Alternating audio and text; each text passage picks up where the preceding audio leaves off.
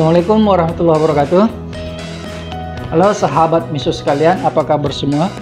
Mudah-mudahan dalam keadaan sehat-sehat ya, amin.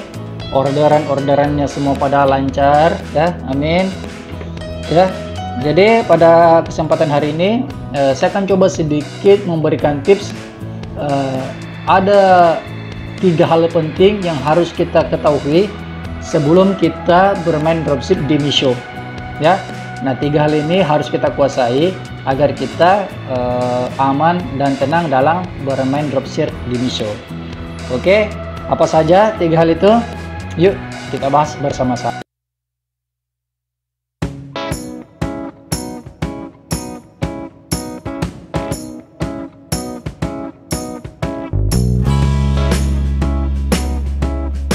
Silakan buka aplikasi Miso.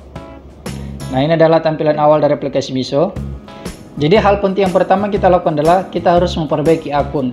Jadi kita buka akun. Nah, di sini kita harus menyesuaikan nama akun, nama akun kita dan nama rekening yang kita gunakan itu harus sesuai. Jadi contoh seperti ini ya. Nah, ini rincian rekening saya. Nah, di sini rekening saya menggunakan atas nama Adi Susilo dan nama akun pun saya menggunakan atas nama Adi Susilo. Jadi itu harus sama. Kenapa?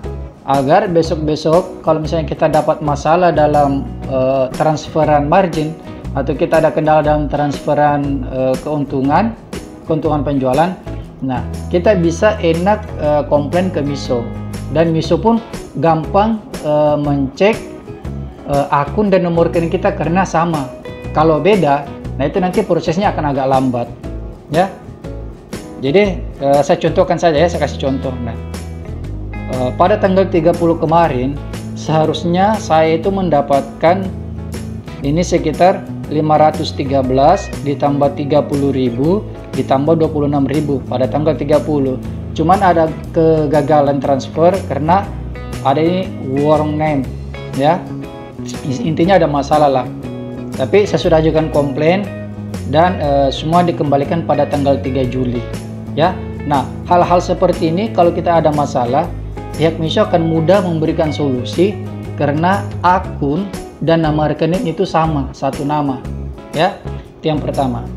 Terus yang kedua adalah di profil. Jadi silakan kita isi profil, kontak pribadi, pekerjaan dan pendidikan silakan dilengkapi. Tapi yang paling penting adalah alamat email ya. Gunakan alamat email yang aktif dan alamat email yang tertanam di dalam HP. Kenapa? Karena pihak Miso itu selalu menghubungi customer 90% sampai 98% itu lewat email. Jadi pihak Miso jarang mau menelpon langsung kita, tapi pasti menghubunginya lewat email ya. Nah, sekarang seandainya misalnya besok-besok kita punya orderan, terus ternyata customer kita menerima produk yang berbeda, terus mereka komplain dan ingin uangnya dikembalikan. Nah, caranya pihak Miso akan membantu kita, tapi itu lewat email, bukan lewat telepon. Walaupun kita menelpon customer service langsung, customer service pun akan menghubungi kita lewat email. Jadi dia tidak akan memberikan solusi langsung melalui telepon, tidak, tapi dia akan memberitahukan kita lewat email. Jadi lebih penting lewat email daripada nomor telepon ya. Nah, kalau kita masih bingung, saya kasih contoh saja seperti ini. Saya beberapa hari yang lalu dapat komplainan ya. Nah, ini komplainannya, ini panjang sekali, pokoknya percakapannya panjang lah. Nah, jadi intinya dia komplain barang yang dia terima tidak sesuai dengan yang dia order. Jadi ini barang yang dia order ya, ini barang yang dia terima ya. Nah, ini barang yang dia order, ini yang dia terima, ini yang dia order, jadi jauh beda barangnya. Jadi saya ajukan komplain di Miso, saya isi formulirnya ya. Saya kembali di Miso dulu. Jadi di sini saya isi formulir di Miso. Nah, setelah saya mengisi formulir di Miso, saya perlihatkan dulu ya. Kalau tidak salah, oh ya, namanya Ulan Sartika kalau tidak salah nama komplainannya ya, nama customernya. Nah, ini Wulan Sartika. Ya. Jadi saya ketik kembali. Nah, di sini saya sudah mengisi orderan ya. Disuruh masukkan 4 foto, saya sudah pasang 4 foto. Ya, terus alasan kenapa warna tidak sama. Terus beda warna yang dikirim dan diorder beda jenis tali sepatu. Ya. Saya sudah ajukan orderan. Nah, kalau kita sudah ajukan orderan seperti ini, pihak Misho akan menghubungi kita tapi lewat email. Jadi silakan buka emailnya ya. Ini saya sudah buka email saya. Nah, pihak Misho akan menghubungi kita tapi lewat email.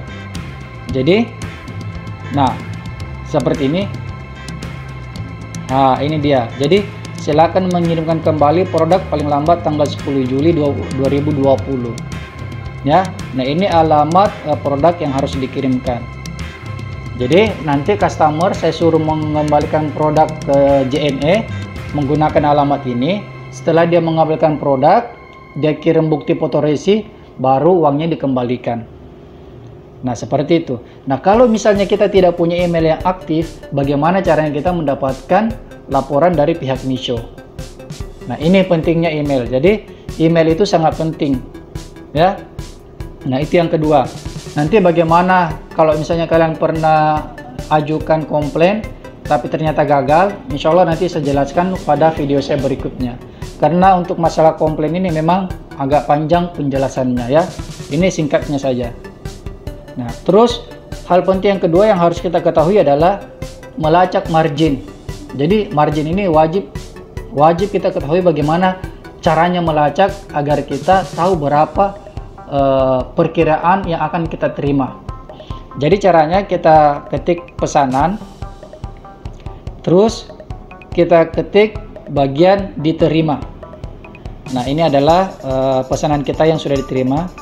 Kalau yang ini semua pesanan yang diterima, yang dikirim, yang dibatalkan, semua ada di sini. Nah, di sini yang diterima. Nah, terus kita cari, misal ini saya ada satu, Dwi Astuti. Saya klik lihat rincian. Terus klik lacak. Nah, pada saat ini, nah ini ada keterangan margin Anda dari 57.770 untuk pesanan ini dijadwalkan untuk pembayaran pada tanggal 10.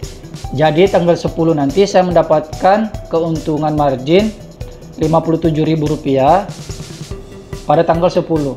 Nah, ini untuk satu orderan. Ya. Terus kalau ada orderan lagi yang ingin kita lacak, kita klik lacak lagi. Nah, ini ada lagi 33.200 tanggal 10 juga.